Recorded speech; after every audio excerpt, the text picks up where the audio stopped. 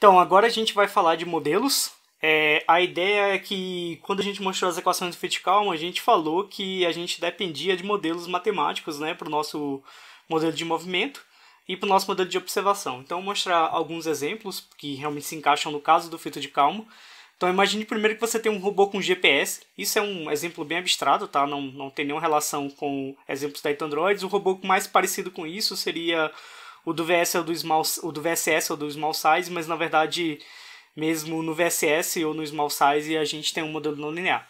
Mas imagina que a gente tem um robô e que a gente consegue medir a posição desses robôs utilizando GPS, e a gente está com um problema de localização, né? A gente quer descobrir a posição desse robô em que a gente conhece quais são os comandos dele, ou seja, é a posição do próprio robô que a gente está lidando.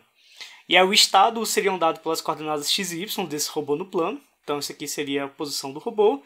E o nosso estado xt seria dado pelas coordenadas x e y desse robô. O comando seria, por exemplo, a velocidade. Então, a velocidade que a gente consegue desenvolver no eixo x e a velocidade que o robô consegue desenvolver no eixo y. Então, o de t seria dado por esse vetor vx, vy. E a observação viria através de um GPS, em que esse z de t ele me dá diretamente o estado, né? Então, esse seria um caso em que percebe que a gente tem um modelo de movimento sendo linear. Se a gente for pensar, né, basicamente o modelo de movimento seria x igual, no caso, x num certo instante de tempo t, que no caso não é a mesma coisa que o vetor xt, tá? Seria x, a coordenada x, é dado por xt menos 1 mais vx no tempo t, vezes tzão, como se fosse o tempo de amostragem, e o yt seria dado por yt menos 1 mais vyt tzão. Então, perceba que isso dá um modelo de movimento linear. Então, a gente realmente consegue escrever isso aqui de uma forma linear. E a nossa observação também é um modelo linear, né? Se a gente for escrever aquela minha matriz AT, eu consigo escrever isso aqui como sendo xt, yt, igual a 1, 0, 0, 1, xt menos 1, yt menos 1, mais vxt, vyt, tzão, tzão. Beleza? Desculpa.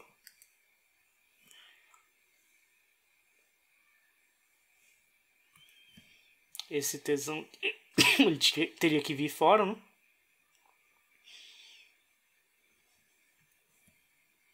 Seria um tzão aqui fora.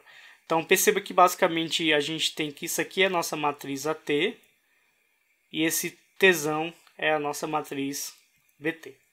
E se a gente for olhar agora a observação, basicamente a gente tem que ZT é igual a 1001 vezes xt. Então, isso aqui ficaria sendo a nossa matriz CT. Beleza, então perceba que a gente conseguiu escrever com um modelo linear. Por conta disso, esse modelo linear, a gente consegue utilizar o filtro de Kalman para esse problema. E esse problema é exatamente a questão 7 da lista 1. Se você quiser, você pode dar uma olhada lá na lista 1 para poder ver essa questão. Um outro exemplo seria o tracking da bola do VSS ou do SSL. Então, no caso, a gente teria um vetor de estados que agora também incluiria as velocidades, né, nos dois eixos, x e y. O nosso comando agora vai ser a aceleração. E como é um problema de tracking, geralmente, como eu tinha falado anteriormente, né, num problema de tracking a gente não sabe o comando, né, a gente não sabe o comando que a própria bolinha estaria desenvolvendo. Na verdade, no caso da bolinha, ela em si ela não desenvolve um comando dela própria, né, no seu o atrito. Ela geralmente outros agentes atuam nela e com isso ela desenvolve acelerações.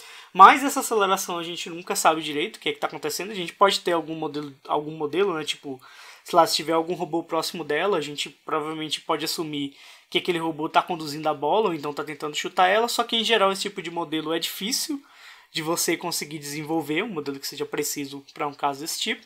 E aí, em geral, a gente realmente assume que a média é zero e assume uma certa covariância aqui que é dada pelo sigma cc ao quadrado. Então, tanto a aceleração em x quanto a aceleração em y teriam o mesmo modelo probabilístico. E a gente vai considerar que o nosso modelo é basicamente que a aceleração, né, o x2 ponto, y2 pontos, é dado por esse ax e a y. E aí perceba, claro, que também tem que ter um modelo, né, para poder descrever como que funciona a atualização da posição. Atualização da posição da velocidade. A observação vai ser z de t igual a xy, como se realmente tivesse uma câmera em cima do campo observando a posição da bola no campo de futebol. E um desafio que eu coloco é tentar inserir atrito seco. Então, basicamente, atrito seco é um atrito que não depende da velocidade, né? Que é isso que a gente chama de atrito seco. E é basicamente adicionar uma aceleração com sinal contrário da velocidade e com magnitude constante f. Agora, finalmente, vamos traçar algumas conclusões sobre o que a gente viu na aula de hoje. Então, primeiramente, o filtro de Bayes é aquele filtro mais geral, né, que incorpora o movimento e a observação interativamente. O filtro de Kalman ele é uma particularização do filtro de Bayes que requer modelos lineares. O EKF e o KF são extensões do filtro de Kalman capazes de lidar com problemas não lineares, então são o que a gente chama de extensões não lineares do filtro de Kalman. E se vocês quiserem aprender mais sobre esse assunto, é só meter GH lá no capítulo 3 do Probabilistic Robotics. E é isso aí, galera.